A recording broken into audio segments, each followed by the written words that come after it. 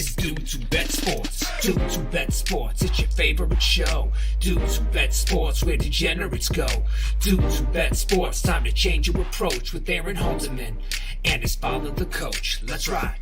Well, the Associated Press is full of shit. What's going on, everybody? Welcome back to the Dudes Who Bet Sports show, where we're talking Oaklawn and we're talking NFL this Monday evening. And as Jason says, pretty boring games this week, Papa Dude. We'll really have to scrape to find something to talk about, won't we?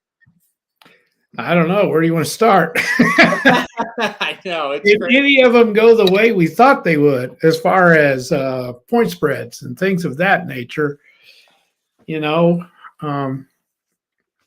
none of them. I don't think I got anything right as far as point spreads, where I thought it might happen. Yeah, it was a wild weekend, but we still got one to go. Could be wild. Yeah. We'll see what happens there. All right, yeah, I'll let you choose. Do you want to start with Oaklawn or do you want to start with the NFL? Well, let's do Oaklawn first. Okay, you said it. You want to do Oaklawn. All right, let's. Well, I think we ought to. I think most of the discussion will probably be on the NFL. Or do you want to just do it first and save Oaklawn for last? I think this is smart. We'll get Oaklawn out of the way, and then we'll finish with a bang, as they say. All right, and go all the way into that to the NFL. All right, let's go Oaklawn. I think it's important. Let's talk first about the only stakes that was this weekend. It was the 5th season stakes. I can talk with Oaklawn, and I'd be very happy because I rated Oaklawn this weekend. So let's start with this one, Papa Dude. It had our favorite horse rated our superstar. I was actually singled in the pick 5 to the number 8, Ginobili, in this spot. Cue up here. I swear they'll break here in a second. There they go out of the gate. So Ginobili gets a flyer kind of out of the gate, gets up to the front, and really never looks back here. He stalks the pace and then just kind of blows them away, doesn't he? Yeah, he was head and shoulders above the rest. If he ran his race, he was gonna win. And yeah. I mean, he's a little bit better horse than the rest of them. And he got out in front, and it was kind of Katie bar to the door. You tell I'm excited as I keep interrupting you there, but yeah, I did the Rockets video on this, and I kind of said, if you thought Ginobili was going to show up with his best, he was just better than the other horses, and that's not really a knock on the other horses. No. This was classier, wasn't he?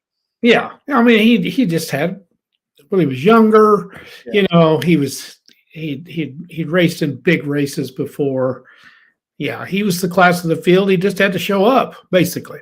As we're watching this unfold, and we hit the top of the turn here, the last turn, Ginobili takes over.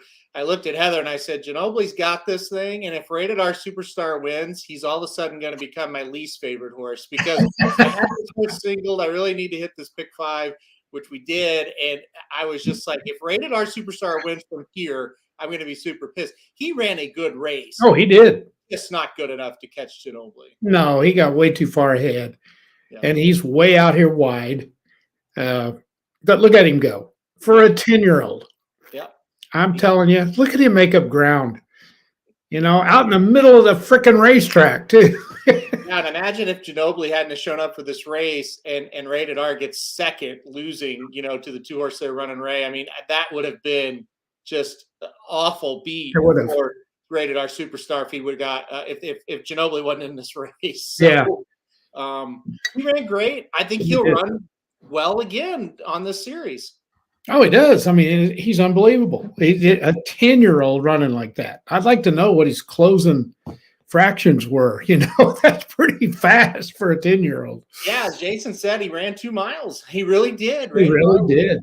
He was way out there. And, and we were watching this race together, Heather and I, we were watching. I said, I don't think Rated R Superstar is going to fire today. Yeah. Most of us, I don't think so. Yeah. He did, though. Give him credit. He's something else. And I wonder where they'll put him next.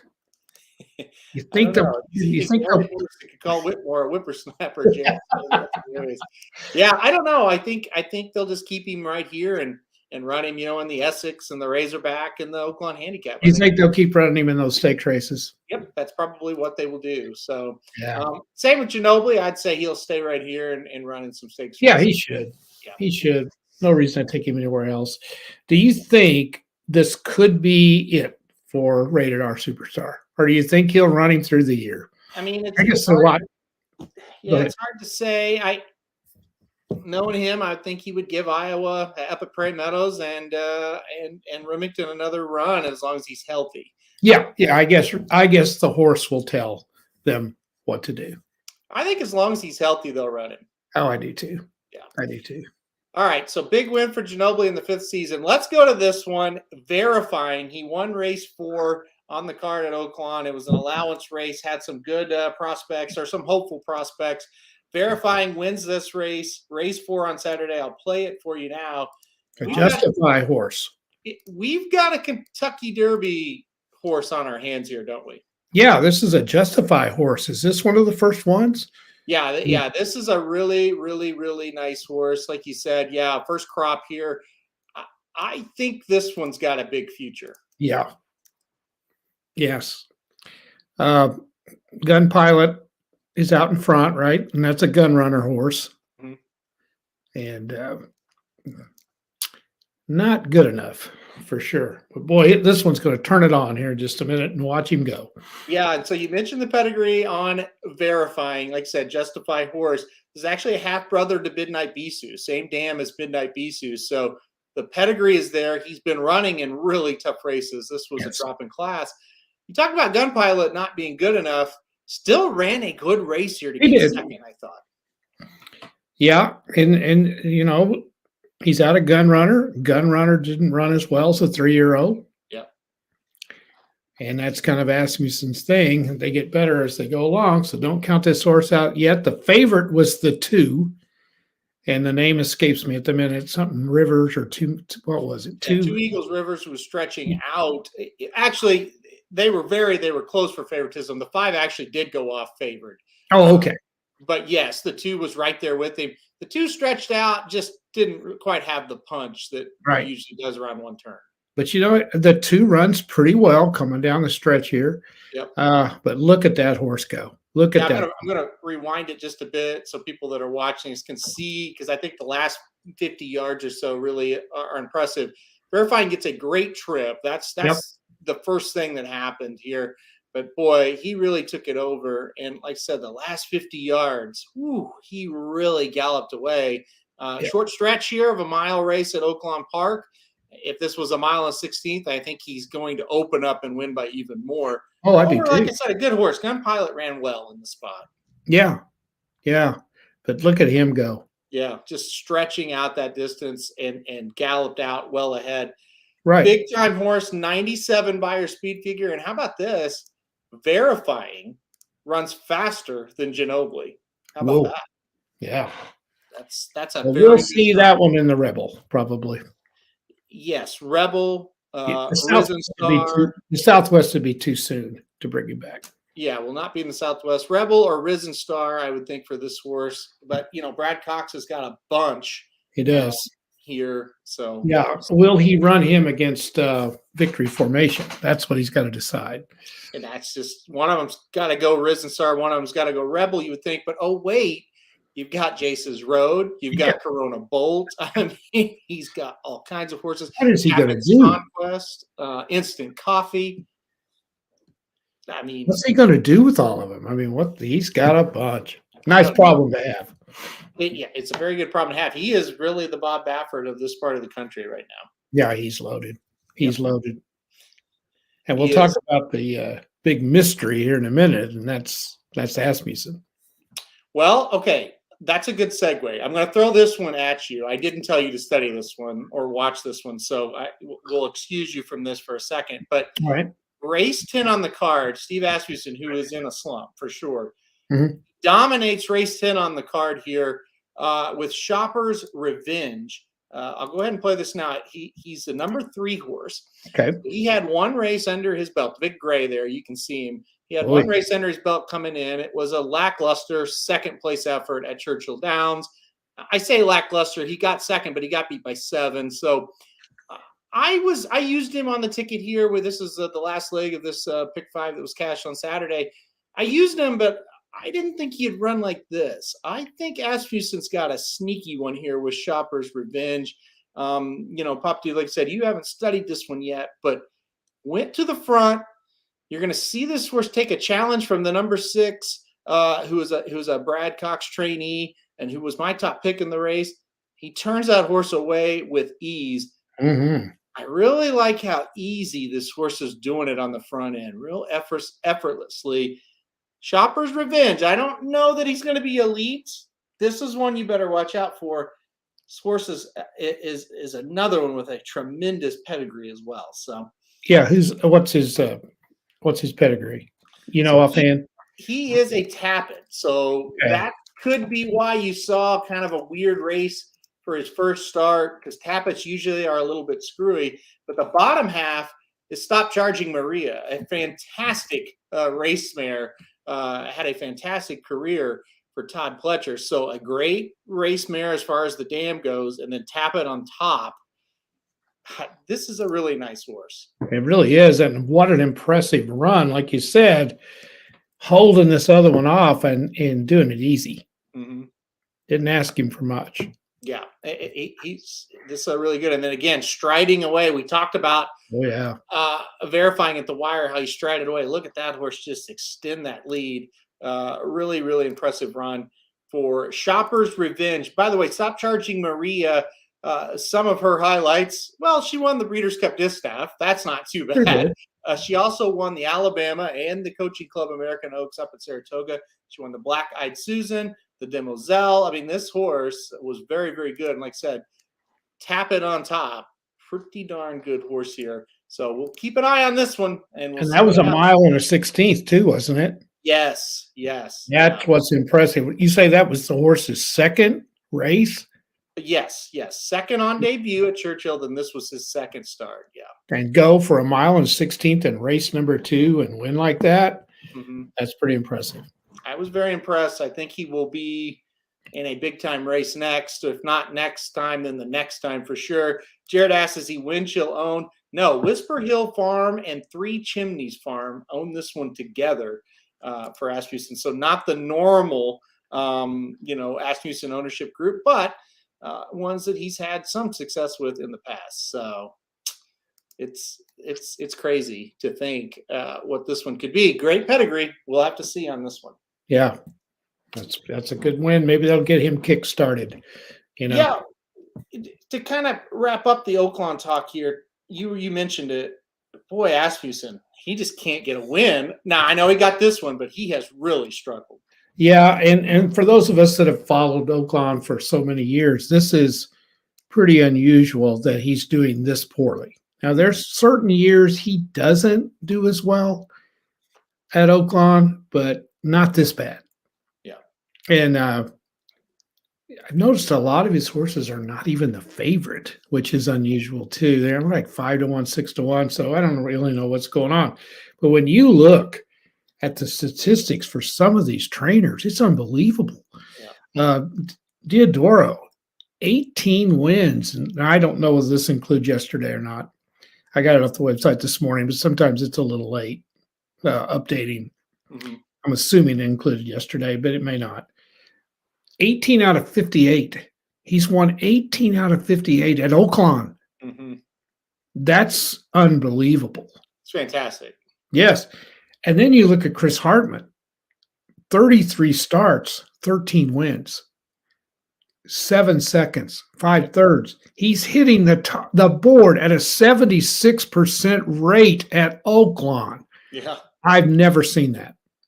Never. Mm-mm. And I've followed Oaklawn religiously and charted and everything. I've kept track of them since 2006, and I've never seen anybody hit the board at 76% with 30 or more races. That's incredible. Ron Moquette has got to be thrilled with the way his horses are running. 10 wins out of 40.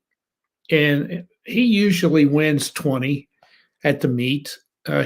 He's very good in Arkansas, but he's usually, his percentage is not very good. He's not running as many horses as he usually does, but he's hitting better. He's got 10 firsts, 9 seconds, and 7/3. Yeah. And I'm sure you were watching, as I was Sunday.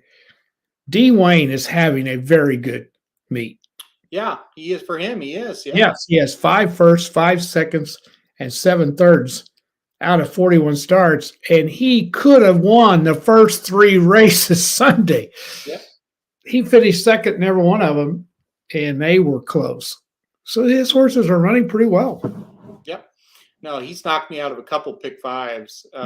Thankfully not, like I said, not Saturday or Sunday, but he has with big prices and with horses. It's like, man, that horse ran great. Yeah, they're running well. But the top off Asmussen, he's 4 for 73. That's unbelievable. I know. He's lost a lot of really close races too. I've never seen him lose so many close ones. Right. I had him singled once. I think it was last week in a pick 5, and he was the only one I missed. And he lost by a nose. It's like that's the kind of race Asmussen doesn't lose. No, he's losing them. Now, what that means, though, probably they're going to come back and start winning. Yeah, but I don't think he's going to win the trainer's title this year. I don't know. Long way to go. Well, that's true. And he seems to find a way to win a bunch in the last month. Yep. Because Oaklawn is just now heating up. I mean, this would have been the weekend it usually opens, back in the old days, up until a couple years ago. Right. Martin Luther King Jr. Day is when it usually is open. Mm-hmm. That's when Smarty Jones is run. Yeah, that weekend. And they've been going now for 5 or 6 weeks. So it's going to start heating up. And I've been a little disappointed in the fields for the stakes races, but it'll change.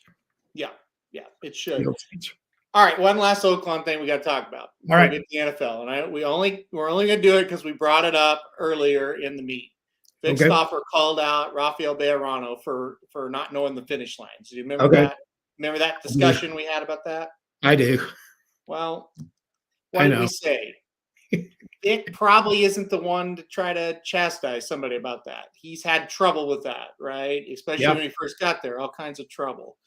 Now, this isn't a Vic Stauffer bashing, but on cue, you knew it would happen sometime during the meet. He called the wrong finish line. Yeah.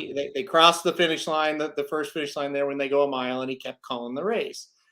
So Twitter had a lot of fun with him on this. They did. He is a very sensitive guy. He is. It's interesting. I have, I don't have anything against Vic, but if you can dish it, you need to be able to take it. That's my thing on him. Yeah. Yeah, you're right. And we both knew we've watched the races religiously at Oaklawn, or this is the one track I try to watch when I can, and every race. And he does this. This will happen again probably before it's over with. Probably. In Oaklawn, it is kind of tricky where that finish line is. Yeah. For the mile. Yeah. It is different. But if you're calling the race, you got to know it. You have to. Yeah, and like I said, this is not a bashing of his. I think Oaklawn is an extremely tough place to call the races. I wouldn't want to call the races anywhere, first of all. Second of all, that track's extremely tough. I have no criticism of him. I think it's just funny. And what happened was the person who called him out for the Bejarano thing, and again, we're on record saying we didn't think that was that big a deal. No. Or wasn't any kind of deal at all. He had been waiting because the same person that called him out for that knew that this would happen eventually. You can tell. The minute it happened, I heard it. I thought, oh God! I go on Twitter and he's got it posted. This guy. So the thing about Vic, sometimes, and I like it, but a lot of people don't. He's got a personality. And there's no doubt in my mind he loves what he's doing. Yeah, for sure. He loves to call the races. I think he loves it at Hot Springs. Yeah. You told me he's moved there. Yeah. And I think he sometimes his personality comes out. I mean, he just really has a good time at the racetrack. I don't think there's any doubt in that. Mm-hmm. Yeah. Yeah. So no doubt. He got a big long shot in race. What was it? The third race, I think. He called a chapel barn or something like that. I just think the overall thing about this, I think I think he's fine. He's a good handicap or whatever. But I think the overall thing, if you have a weakness, don't call out other people when they show that same weakness. Right? Yeah. Yeah. Are there any other? You watch every track in the country. Are there any others? And I'm probably showing my ignorance here that has different finish lines. Yeah, I mean, it does happen. There are a few for sure. Okay, but there's not a lot, are there? There's not a ton.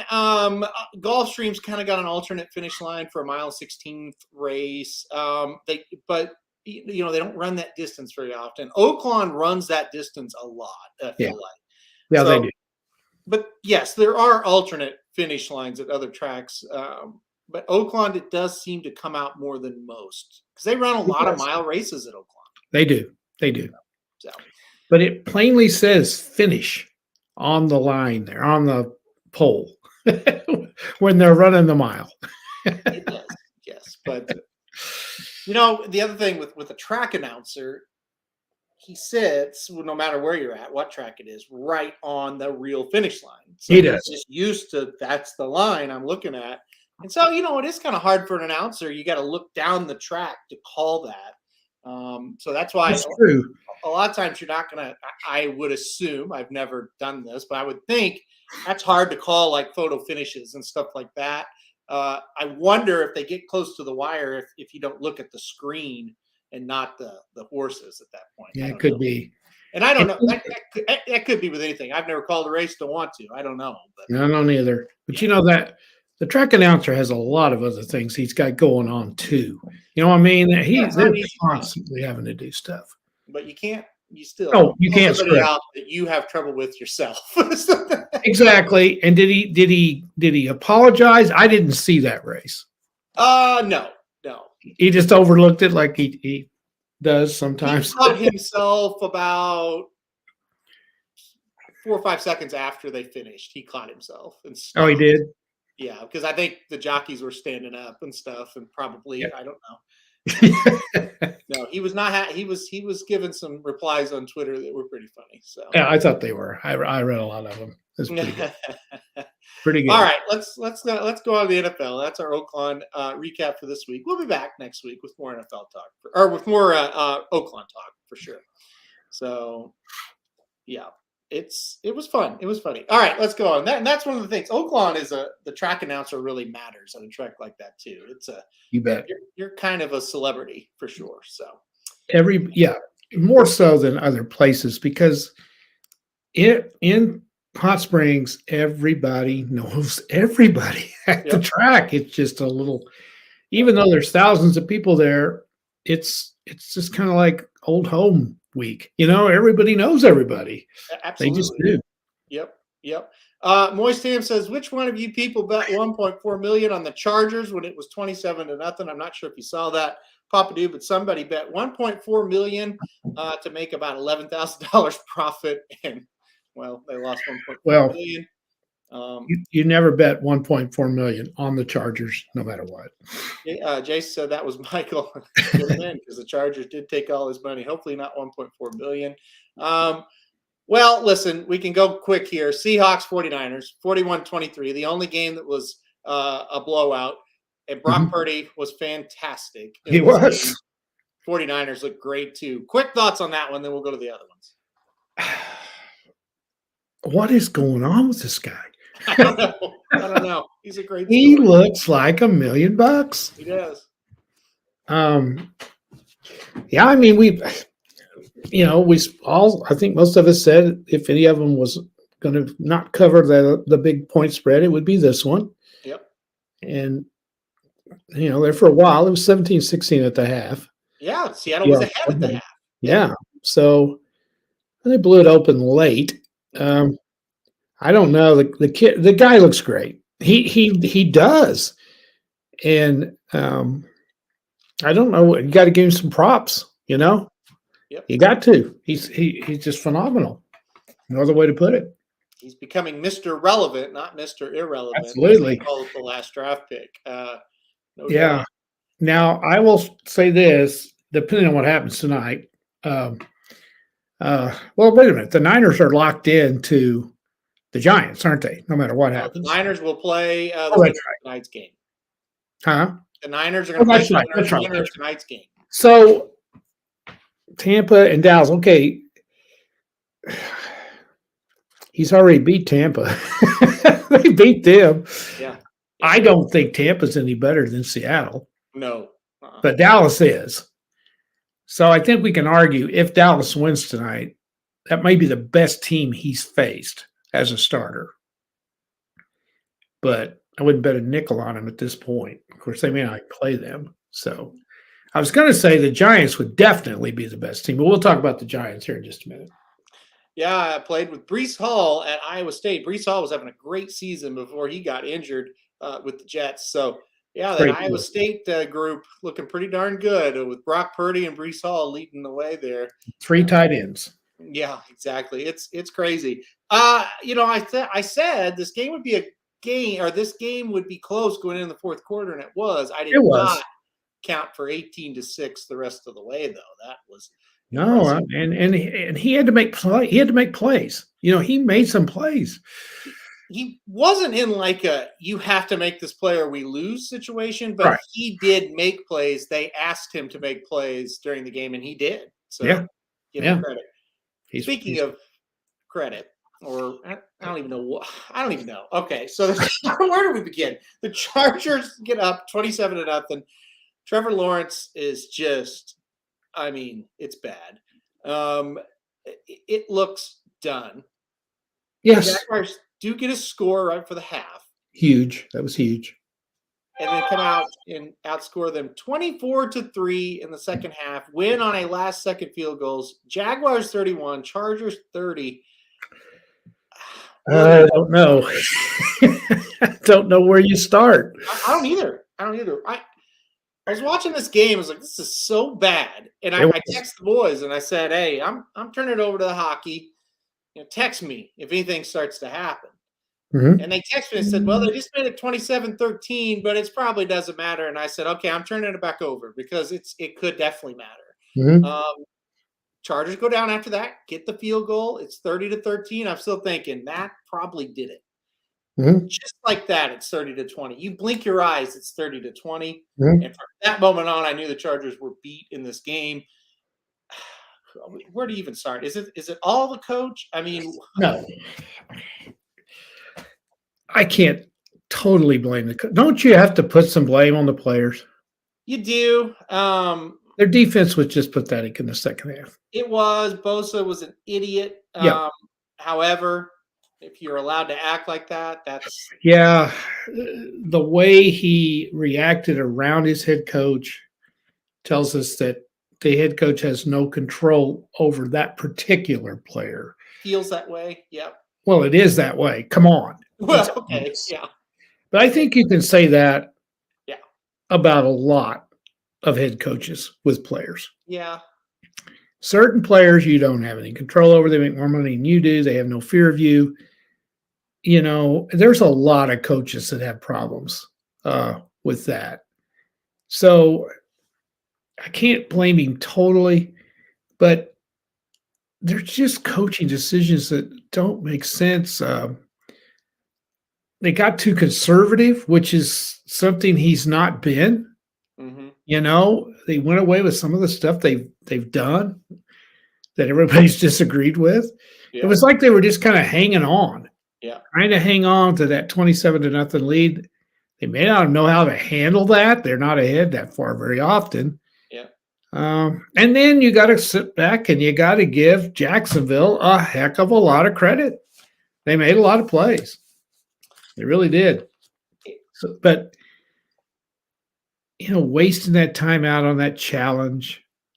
Yeah. And they've wasted another timeout to where they only had one. You just can't do those kind of things. It is odd. They didn't go for it hardly any in this game, which I don't think that really got him beat, but it was odd that he went away from it. Yes. And like Jason said, he just kept throwing. Like they got a great back. It's just like just run it and run the ball. Time. I don't know. I don't either. I didn't think Herbert played very good in the second half. He couldn't make a play. Yep. There's no way they should have lost that game.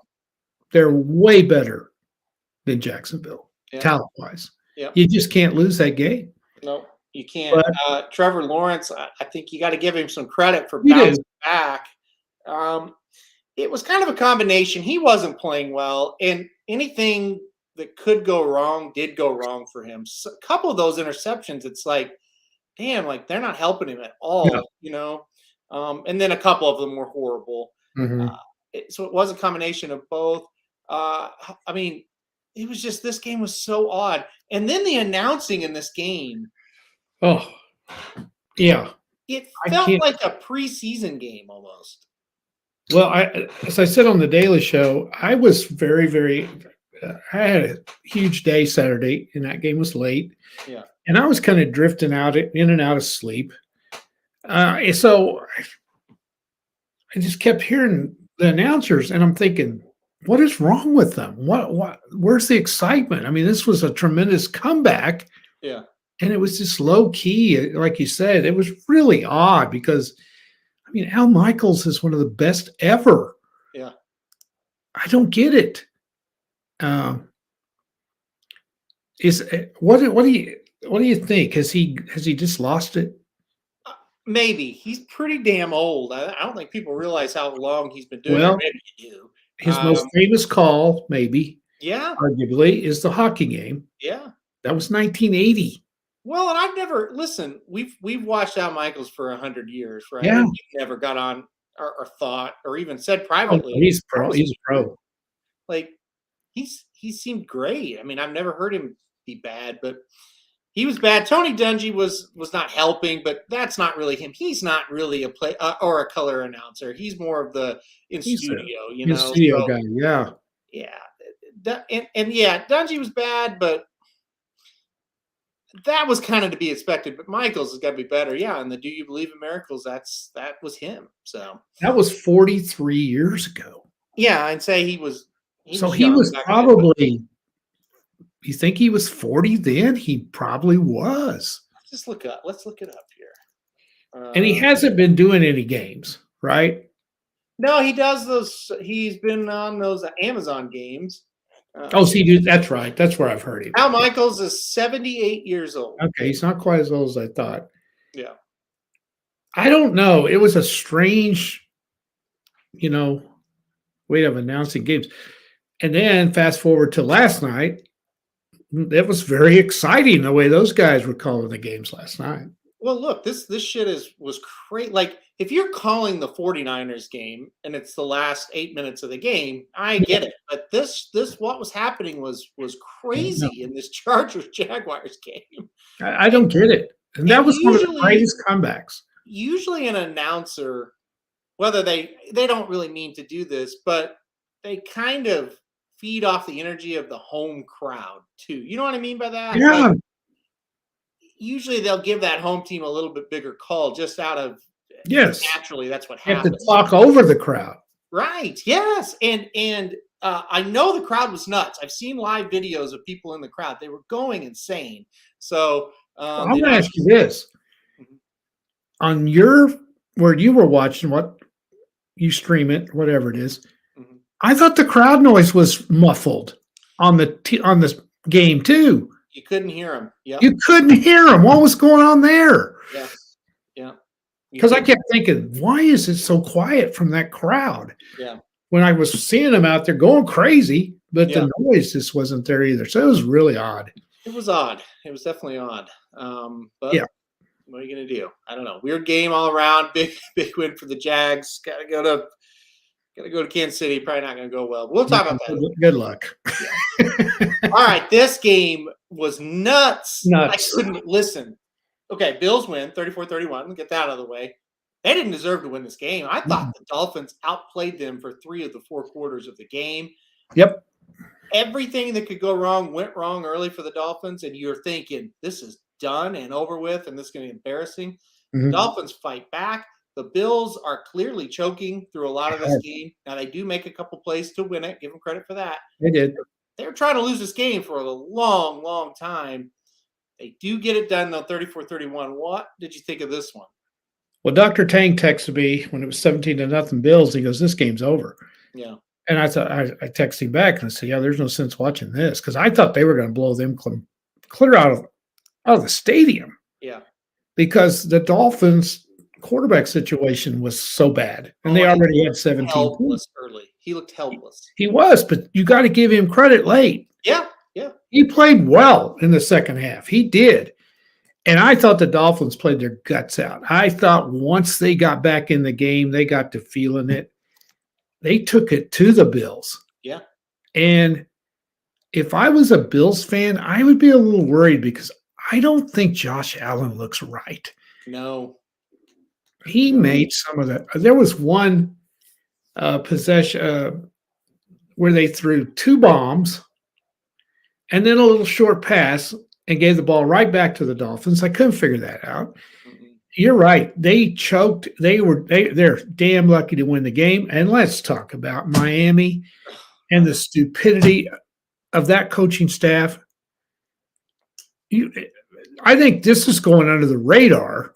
Well, it is because they were such a big underdog and they fought back, and you kind of had the feeling of, wow, Miami, they're doing a great job. And then you get the delay of game on a 4th and a foot, and it's like people are like, well, yeah, but they almost beat them, but they may have won the freaking game if that. I think if they get the first down there, they at least are going to kick a field goal to tie it. I agree. And there's no excuse. No. On 4th and a foot to get a delay of game. There's absolutely no excuse. And I read somewhere where he got confused on what down it was. Well, that's just crazy. And if that's true, yeah. And I've said this on this show and for years, there's too many coaches over on that sideline. There's too many coaches yelling, screaming. The communication has got to be, there's people yelling and everything. There's too many. Yeah. But you got to, because we were talking about this morning, with the rules the way they are now in college and the NFL, where you can push the quarterback forward. Yeah. They only needed a foot. Yep. Get him up there, run a quarterback sneak, and have your 2 backs push him. And it's pretty close to impossible to stop that. So you talk about the delay of game and how terrible that is. Let's talk about the play that they were getting ready to run if they don't get the game. They're in the shotgun and he turned backwards and handed the ball off. They needed Yeah. And how many times in that game, in that last sequence there, did they get a penalty that helped them? Yeah. Because if they had run the play that they were going to run, the Bills had that snuffed out for nothing. Oh, the crowd of the Bills were going crazy because you could barely hear the whistle. And it was like he lost 6 yards. They hit him before he ever even hardly got the ball. Yeah. And so it's like, well, thank God there's a delay of game because you just ran the dumbest play. That's the overall theme that I got from the NFL all week is these coaches make this game way too complicated. You just got to within 4th and a foot. There's no reason to even huddle. The automatic play should be quarterback sneak. Absolutely. Especially when you can push the guy now. Exactly. Those sneaks are hard to stop. Unless you do it from like the 2-yard line and the quarterback holds the ball out. We'll get to that in a minute. But, this play is not getting talked. This coaching decision is not getting talked about enough. Right. And then the crap that went on in the Ravens game, there's just no – we'll get to that in a minute. Yeah. To me, this is a lot worse than what Staley did. It's in the Chargers game. Well, again, you're just not going to hear it because the expectation levels were so low. Yes. And the Bills, I'm sorry, maybe they're going to get on a roll and win the whole thing. The Bills are so freaking inflated in people's heads. They are. If you have been paying attention, they have not been good. Jason says they haven't looked right for a month. I think it's been longer. They have sucked. Well, Somich points out a lot that they're banged up in the secondary. He keeps saying that. And I do think they've got a few injuries on, but I think it's Allen. I don't think he looks right. He's inconsistent. There were some throws in this game. I was like, damn, that's a good throw. Or, damn, that was a good run. Then there were some plays where it's like, that guy, that's not good. No, I thought he played pretty poorly. Well, and he better play better than that. Listen, from what we saw this weekend, and you can't just go by this weekend. No. The Chiefs, who's going to beat them in the AFC? the one thing I'll say is these two teams, like the Bills and the Bengals, they were division games. Those are always tough. I mean, it's just 1 week, all that kind of stuff. I don't think the Bills can beat them. I'll just go on the record. I do not think the Bills can beat them. I don't. The thing is, too, and I texted you last night, when you're a heavy favorite, like these two teams were. Yeah. Okay. And you're playing a team without a quarterback, as both of these teams were. It's hard to win them. It really is. And then you make all kinds of mistakes and let them get in the game. It's tough. It's tough to win these kind of games. They may have got that out of their system now. Next week, that's a toss-up game, in my opinion, the Bills and the Bengals. So you just go out and play next week. You're probably going to see both teams at their best next week. Yeah. Yep. Well, we'll see what happens. They're going to have to be better. Let's talk about this one. This was a great game. Like crazy, bizarre, unbelievable shit happened, but it was a really good game. Giants 31, Vikings 24. I thought the Giants played great. I think they looked great in this game because I don't think Minnesota was awful. I thought they played all right. I'm going to say that Sandy and I are sitting there watching. We'd watched the first fiasco, Miami and Buffalo, and we're both sitting there. What the hell is going on? This is the NFL. Yeah. And then we watched this, and she goes, "Now this is a well played football game," and it was. There wasn't any stupidity going on in this game. Yeah. And I'm with you. I was going to make the comment. To me, this is the most impressive team I saw. Well, you got to throw the 49ers in there too, but the Giants were solid. They were solid in this game. Barkley's, I'm telling you, he's pretty good. And let's not forget, he's been hurt the last couple of years. And we got to give the quarterback a little bit of credit, don't we? Yeah. Yeah. This kid is playing great in this game. Yeah. Yeah. Has he, the first couple of years, nobody watched the Giants. They weren't any good. Did he run the ball early in his career like he's running the ball now? I think he's running it more effectively right now. He's always been able to run, but it seems like they've got him. He knows when to run, when to not a little bit better. He's always been a good runner, but he's really effective. It's dangerous. He looks good. And another thing, in the offseason, the Giants did everything they could to help him. They got 2 or 3 offensive linemen to come in and improve the offense. In other words, they improved the offense around him. And the key is Barkley is healthy. That's a hell of a football player. Man, he made some runs now. Yeah. He's good. This will be a great game between them and the Eagles. I would not want to be playing the Giants right now. But somebody on the Daily Show yesterday, and we didn't really say anything about it. I can't remember who it was. It might have been Jason or maybe even Michael. We were bragging on the Giants, and somebody said, didn't they go 3-6-1 down the stretch? Mm-hmm. And I think they did. But they kind of righted the ship the last couple of weeks and won a couple of games, and they got to playing better. But you're right. They stumbled in the middle of the season. But another thing, and we talked about it, that if the Vikings lost, it would be Kirk Cousins' fault. Yeah. And he played all right. There was nothing wrong with the way he played. The Giants scored 31 points. I think you got to blame the Vikings defense a little bit. Mm-hmm. But the last play of the game. Yeah. And, we've talked about this a lot. Great quarterbacks don't make that throw. The throw had no chance. You got to just throw it downfield rather than throw it there. Yep. What was he thinking? What in the heck? Do you think that back could break that tackle, I guess? I don't know. I have no idea. It was a dumb decision. He played pretty well, and then everybody's going to talk about that. But, yeah, it was bad. Rob, here's another thing. I was talking about how these NFL coaches make the game way too complicated. I don't know if you're watching at this point. 3rd down and 1. Yeah.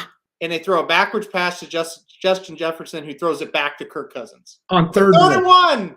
Yeah. I mean, you just don't do that on 3rd and 1. No, you don't really. You don't.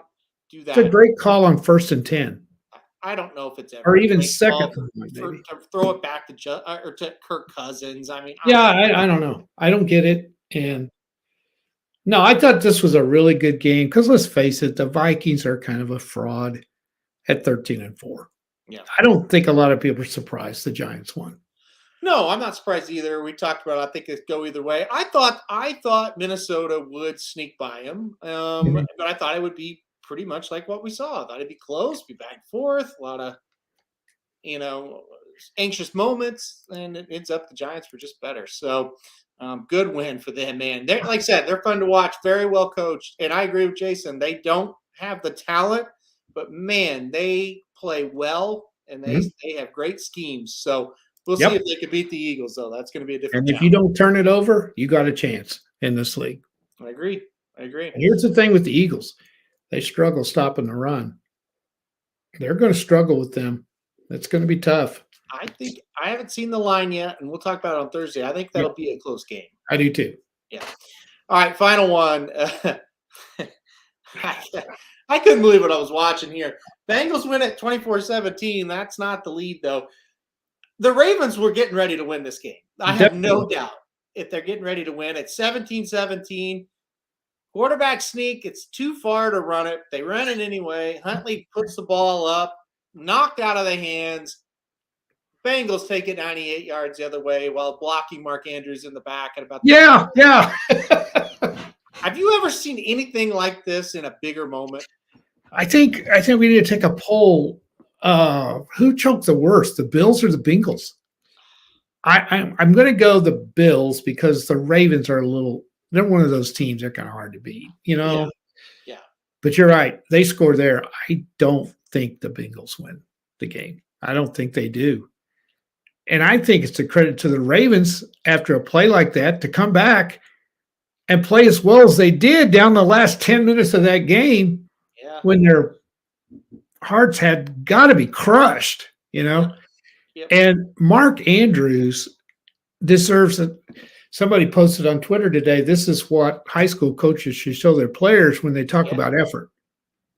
If you haven't seen that, replay it, because he was 25 yards, but 20 yards behind that guy when he started trying to chase him down. Yep, and he went and he would have got him. He would have caught him if he hadn't been hit in the back. I kept waiting for a flag. Yeah, I did too. What a play. I mean, what an effort. That's what I'm saying. It was. The Bengals score here to make it 17-10, and I'm thinking, okay, this is where they're going to pull away. Yeah. Because I just didn't think the Ravens could match him. The Ravens didn't really have all that much trouble moving the football in this game until that big play happened for the Bengals. And then all of a sudden the Bengals could stop them a little bit. But throughout most of this game, the Ravens killed themselves with turnovers. They did. Plays. They looked like the better team to me. Yeah, they were last night. Yeah. This is one of these things, you played them last week. You handled them easily. I'm talking about the Bengals. They beat the Ravens handily last week. You're basically playing the same team again this week. It's hard to get yourself ready, even though it is a playoff game. But I want to talk about Harbaugh. Okay. How can you not call timeout? I don't know. I know exactly what he was thinking. Run the clock down to it. If we do score, we're going to go for 2. There's no doubt they were going to go for 2. Yeah, which would have been the right call, I think. I would have been. Yeah. Got to get the touchdown first. Right. Yeah. But the stupid thing about this is you don't have your starting quarterback. Yeah. So you put this game in the hands of your backup. And he's got to make plays, and he's not good enough, John. Yeah. You got 2 timeouts in your back pocket, and you put your team in a situation that with 2 timeouts, you could have run the ball. You could have done so. I saw their running back. He was throwing a fit in an interview after the game. Yeah. Dobbins was pissed. He was pissed, and I don't blame him. Well, he was mad about 2 things. One, why didn't he get a carry down on the goal line when they got 17-17? From the 3-yard line when they exactly. He flat out said, if I would have got the ball, we would have scored, which, Well, he might have.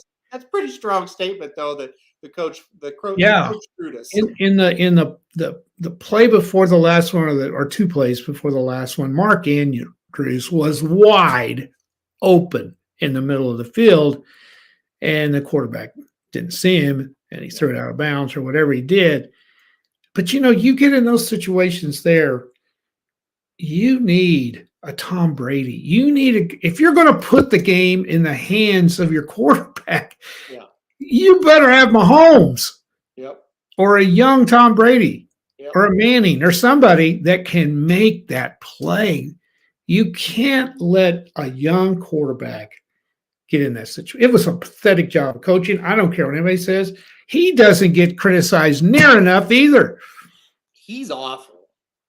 If you watch this team week in and week out, he's pretty bad. He does some of the dumbest things I've ever seen. Now, they win a lot of games. They do. And they're always competitive, and I think he does a decent job. My God, the guy's been there for, 25 years? He's probably – I don't think it's been that long. Well, when did they win the Super Bowl? It's been a long time ago. He was the coach. How much? No, the coach was I can't think of that guy's name. Let's see. I think he has won a Super Bowl, though. Oh, yeah. Let's see. He has been there since 2008. Okay, so he's been there 15 years. Yeah. So you were only off 10 years. Who was that coach? I wish I could think of that guy's name. I can see him. Brian something? Yeah, Brian Billick. Yes. Yeah. He flamed out pretty quick after they won that Super Bowl. Yeah. Yeah. I think Harbaugh does a good job, but well, I think Harbaugh's a good coach. I think he's a horrific game manager. This is not the first time he's done stuff like that. No. Yeah. No. Yeah. But I can't. The announcers are sitting there going, "What the hell is going on?" Yeah, no. They were wanting to call timeout for him. I mean, I thought Tirico was going to go nuts. I think it was Tirico. Yeah, it was him and Collinsworth, wasn't it? I thought and they're trying not to criticize the coach. They're trying their hardest not to, but they're both saying he's got 2 timeouts. Yeah. He could run the ball. They got plenty of time. They just let 30 seconds run off the clock. Well, you're right. I feel like I knew what he was doing. They didn't want to give the ball back. They wanted to score with literally 0 seconds. But you can't start playing around like that until you're at the 5 or something, or at least inside the 10. They were close enough. They were on the 30. Yeah, you can't start doing that. Well, this seems to be the thing now in the NFL and in college too. You get the ball with 3 minutes left, especially in the NFL because the clock doesn't stop like it does in college so much. Yeah. You don't want to give the other team the ball. Yeah. So you do everything you can to run the clock down to nothing. And you got to score first. You just can't assume you're going to do it, No. I mean, you can do things to some respects, but still you can't try to just, hey, we're going to, especially like I said with a backup quarterback, and you just can't do that. No. You're asking this guy to make a fantastic play in the clutch, and he's not your starting quarterback. Well, I wouldn't want Lamar Jackson to do it either. But no, I wouldn't either. And one last thing on that, Lamar Jackson does not even travel to the game that's ridiculous. with the team. He is done with this. We were talking about this morning. Yeah. They're in a situation. What are they going to do? I don't think they sign him either. And if he doesn't make the trip, what does that tell the teammates? I mean, come on. Heather and I were watching this game. We were talking about it, and I told her the injury, and she goes, "Well, he might be having some troubles." And then they said he's not even at the game, and she's like, "Yeah, he's probably he's done. He's just not going to play." What do you think they can get out of him? I can't get shit out of him. They're going to lose him to free agency. Right, but could you get anything anyway? I don't. Here's the thing. He's hurt all the time. So here's the thing. And I think it was Collinsworth. It was Collinsworth or Tirico once said it, and they were right. And they didn't mean it like this, but this is how it came off. They said when they were running the ball and had so much success, they're like, this is like when you face an academy school in college and you don't ever face them. Good. They're often, because what it means by that, if you don't know, the academy schools like Air Force, Army, Navy, they run the triple option. They run, it's not the wishbone anymore, but it's a version of the wishbone basically. And sometimes they will really surprise teams that they don't play very often, that aren't ready for it or never see it. And that's what he was explaining. Like everybody knows the Ravens are going to run, but their offense is so unique that it's hard to stop because nobody else does it. That's the problem with Lamar. He cannot run a regular offense. So he handcuffs you offensively, right? Like you can't get a regular backup quarterback. That's true. Because you have to get a quarterback that can run Lamar's offense. Can do the same thing, yeah. Now, Lamar is a decent player for sure. He is. But you only can do one certain thing with him. It's not going to work with him ever. I'm sorry. And it's not even anything against him even. I think he's a different type of athlete and a good player. Athlete. Good player. He really handcuffs you offensively what you can do. And here's the other thing we're seeing. With each passing year, he gets hurt more. And the older you get, running the ball in the NFL that much, and I'm kind of wondering how long will Jalen Hurts survive? Though, I feel like Jalen throws the ball better than Lamar. Well, I don't think there's any doubt. And he's a little bigger. I don't know. Lamar's pretty big, too. They're pretty similar with size. Yeah, I don't know. Jalen may be a little bit thicker. I think he's a little bigger. Not a lot, but he's a little bigger. It seems like he doesn't get hit as much. I don't know. Haven't been in the league as much either. That's right. And we saw that he got hurt this year. Well, if you've noticed with the Chiefs, Mahomes doesn't run the ball near as much as he used to. Yeah. So if you look at what Mark is saying here, if you're a fan of another team and he's coming, you don't really want him. No. Here's the other problem, and he makes a good point. He's running quarterbacks. This is what happens to them, right? That's what I was trying to say, yeah. And they don't last very long. So what you can do is say, okay, we're not going to run him as much. And then you get in the point where he's not any more valuable than some guy like, say, a Brock Purdy. If you're running him a regular offense and he's not running, his talents aren't any better than what you could get a cheap quarterback for. You're getting him for this whole dynamic package. He's hurt a lot. If he starts to slow down running, he ain't worth it. You look at the Ravens then, if they lose him, will they take a fall next year? Because no, I don't think they will at all. Well, they're going to have to find somebody. I think they'll go back to running a normal NFL offense. Okay, but they got to get a quarterback that can run that. They'll have to get a quarterback somewhere. Well, they're going to have to get a quarterback. Yes, they can't go out there and throw Huntley out there next year. Yeah, but you got to find somebody. And if you get a guy that can run a normal offense, all of a sudden. Do you think if the Bears decide to go a different route with that number 1 draft pick and pick a Stroud or the kid at Alabama, will Justin Fields be somebody the Ravens might look at? If you want to run that same offense, yes. Yeah. I think he would be very good in it. He's another one, though. He's hurt all the time. But it'll be interesting. These NFL coaches, they don't really like to change what they do. So you bring in Lamar, and now you're in your normal NFL style of offense. I don't know how that's going to work. I mean, and to me, if I was the Ravens, I would scrap what we've been doing and get a regular quarterback. Yeah. They have a good team. I mean, they have pieces. They're pretty good.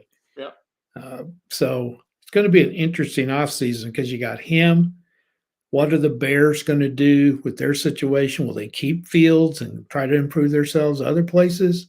Yeah. What's Green Bay? What's going to happen there? It's going to be an interesting. What's going to happen in Arizona? Tampa. What's going to happen with Brady? Yeah. Where's he going to go? Where's Sean Payton going to show up? Is it going to be the Chargers? Exactly. It's Don't you think if the Chargers were going to fire that guy, they would have already done it? What are they waiting on? Hard to say. I don't know. Maybe they're waiting to see if they can get a Sean Payton. Could be. I think Sean Payton with the Chargers would be Oh, fun. yeah, that might be a pretty good hire. And there's all kinds of rumors that Sean Payton's going to go to Denver. Sean Payton's not going to Denver. Denver's not going to get a good coach, period. It's not going to happen. And I like Denver, but nobody's going to go there. They're going to have to take a flyer on some guy, and they're going to have to hope they hit a home run. They're not going to get a guy like Sean Payton. It's not going to happen. No, I don't think so either. They're in a mess. They can't do anything. Like, now the deal with Sean Payton is, if you get him, don't you have to give New Orleans something? Oh yeah. It'd be like trading for a coach. Yeah, that's unbelievable. Yeah. Only in the NFL. And a lot of people saying the Chargers owner too cheap to hire. I'm going to throw this out there too, and let everybody fight about it. I've been watching the NFL for a long time, and I have to say, to me, the quality of play is the worst I've ever seen in the NFL. I agree. The overall quality of play is pathetic, and I've never seen worse quarterback play, for the most part, than I have this year. Your good ones are really good, but after that, it drops considerably. Yeah. Yeah. I mean, and then you've got to add the coaching decisions to it. Yeah. It's crazy. It's just these games have just been mind-boggling sitting there watching them. Now there's been some exciting games. There's no doubt about that. But the quality of play, I don't know. It's bad. It's been bad all year. And what do you do? What do you do with a guy like Bosa? How do you discipline him? I mean, did he just lose his mind? Yeah. Pretty much. Yeah. I don't know. All right. Well, we do have a game coming up here pretty quick. Oh, quick. here's the dandy tonight. Yeah. This line's been 2.5 or 3 pretty much the whole time here. Cowboys 3-point favorites right now.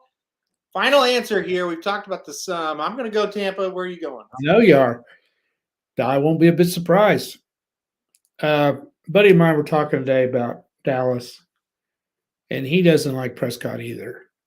And he knows football pretty well. He made a great point. He said, remember when Prescott was hurt and the other guy played, how efficient the Cowboys looked? Yes. And he goes, and what did they do? They just asked the other guy to make the plays he could make, and the rest of the team rallied around him, and they played extremely well.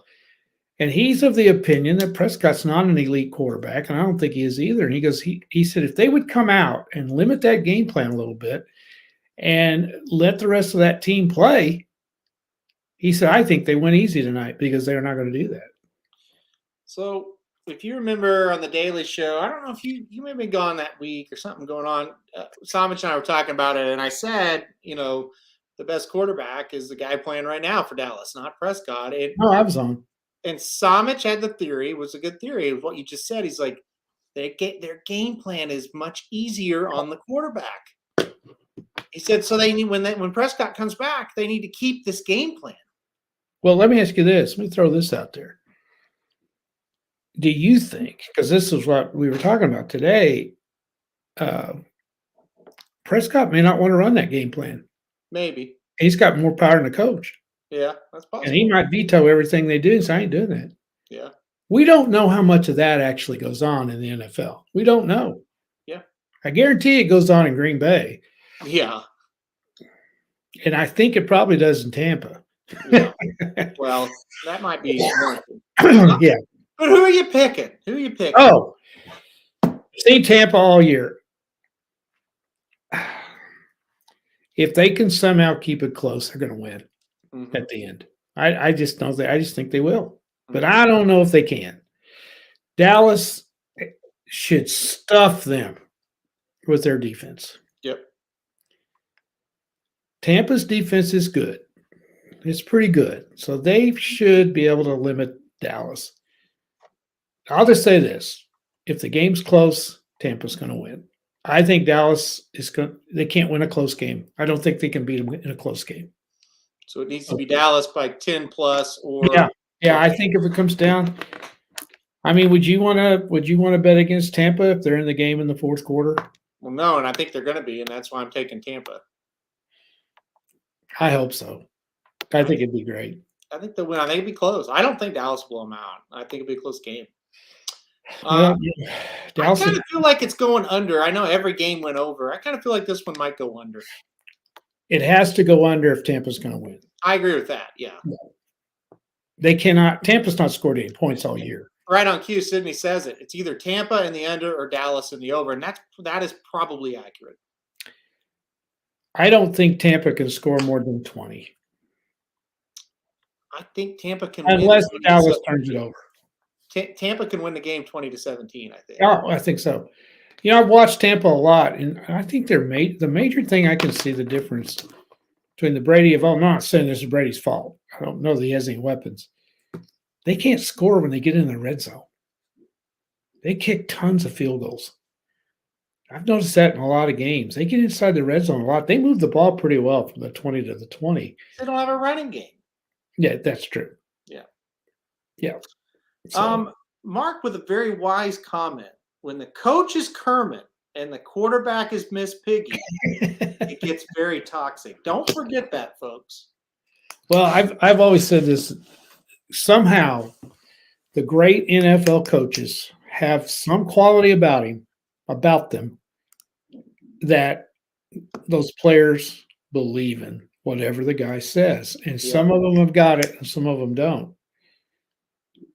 And I remember what Steve Spurrier said when he failed. And I've heard Stoops say this. If you're a head coach, you better be in charge of personnel. Yeah. Because that's the only way you get their respect. If you're not in charge of personnel, you're just supposed to coach whoever the guys get in there for you to coach. You don't have any power. Yeah. So you take a guy like Belichick. He gets rid of you.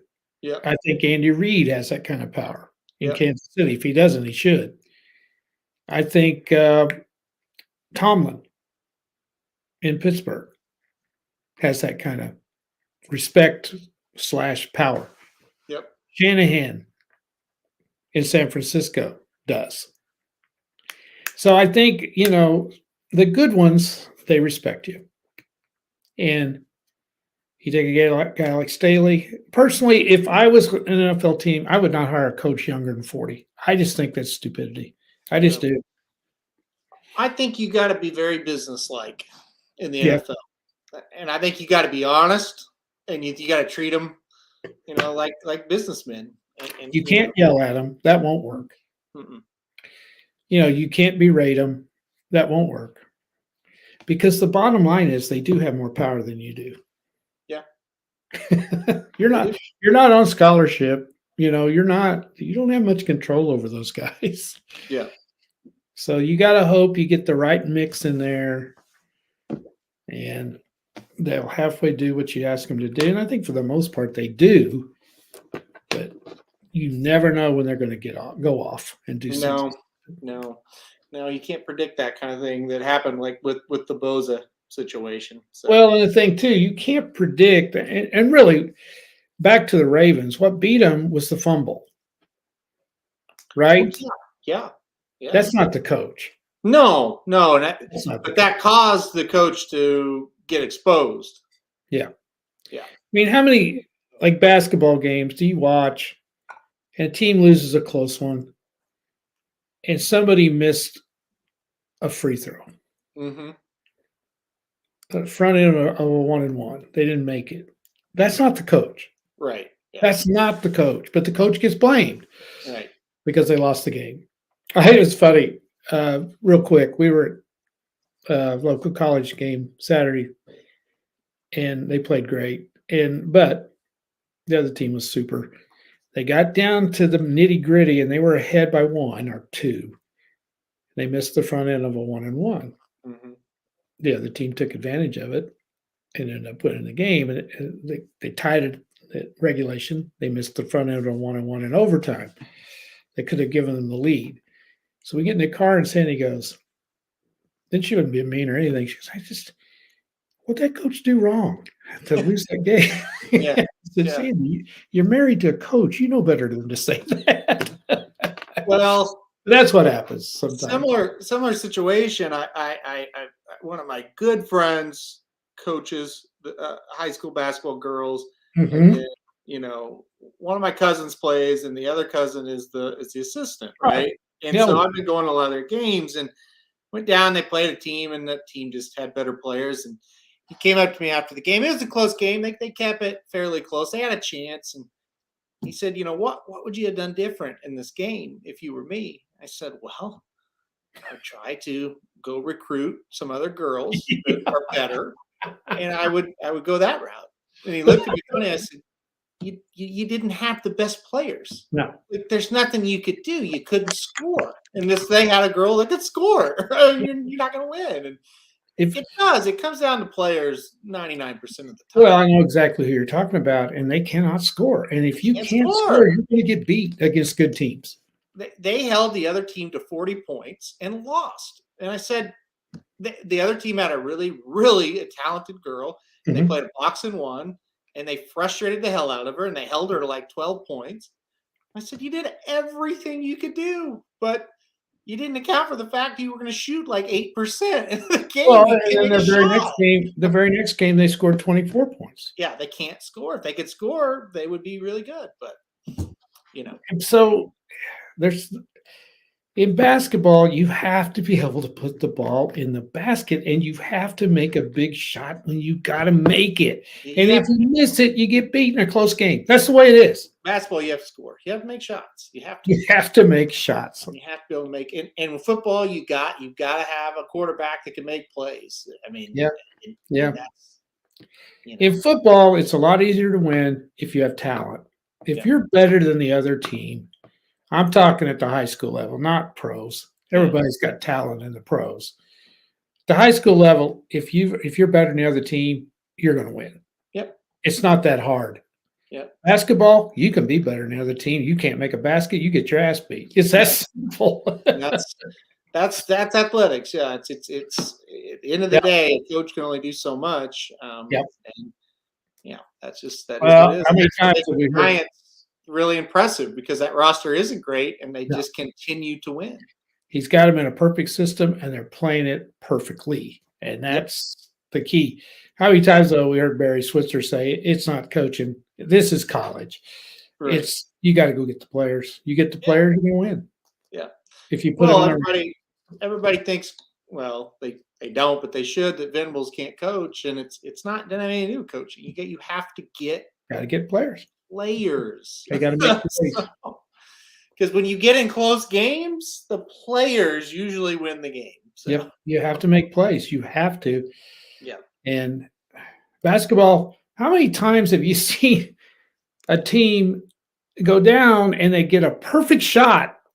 They've run their offense. The offense got them the shot, and they can't make it. They don't make it. A lot over the last month. Let's put that's not coaching. That's players. If you're getting the shot and you don't make it, what are you supposed to do? So I don't know. That's why you can't find coaches anymore. Nobody wants to do this stuff. Yep. Can't find referees either. Yeah, well, that's another thing. Yeah. Why anybody want to do that? I have no idea. That's another thing altogether. Yes. Yep. All right. Well, that's it. We're out of here. That's our rant. Game's kicking off. The game is 2 minutes away, plus hockey's getting ready to start. It's time to go. All right, guys. That's it. Great show. Thanks, everybody. Yep. Thanks, everybody, for coming on. And we'll be back on Thursday with another show. We'll talk about all these divisional round games. Should be some good ones as we progress towards the Super Bowl. And we'll talk a little Oaklawn Park as well, for sure. All right. All right, guys. We will see you next time. This is Due to Bet Sports. Due to Bet Sports, it's your favorite show. Due to Bet Sports, where degenerates go. Due to Bet Sports, time to change your approach with Aaron Haldeman and his father, the coach. Let's ride. Well, the Associated Press is full of shit.